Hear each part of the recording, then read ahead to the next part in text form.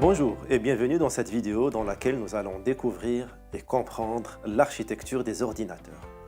Nous pouvons commencer par la carte mère. Pourquoi me diriez-vous? Tout simplement parce que c'est le composant central d'un ordinateur.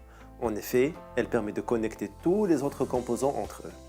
Il faut noter que les cartes mères ne sont pas universelles, c'est-à-dire elles ne fonctionnent qu'avec les microprocesseurs qui leur sont compatibles. J'ai dit microprocesseur, mais qu'est-ce qu'un microprocesseur?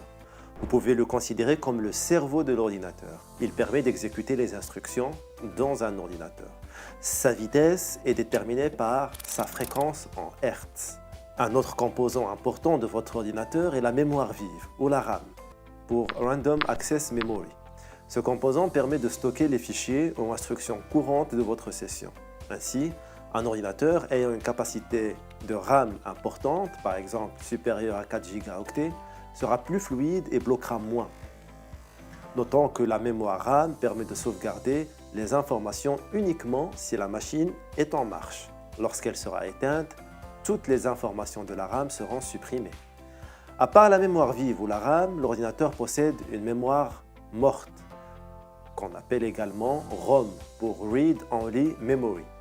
Elle permet de stocker les informations ou instructions sans qu'elles soient détruites lors de la mise hors tension de l'ordinateur. Par exemple, les instructions nécessaires au démarrage de l'ordinateur sont stockées dans cette mémoire ROM. Un autre composant essentiel de l'ordinateur est le disque dur. Ce dernier permet de stocker les informations d'une manière permanente.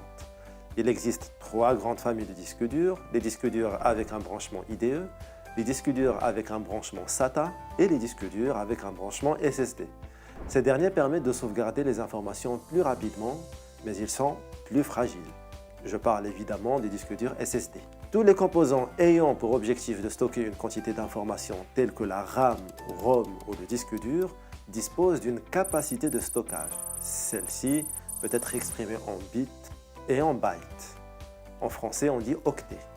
Alors, un bit correspond à une valeur binaire 0 ou 1. Un octet est équivalent à 8 bits.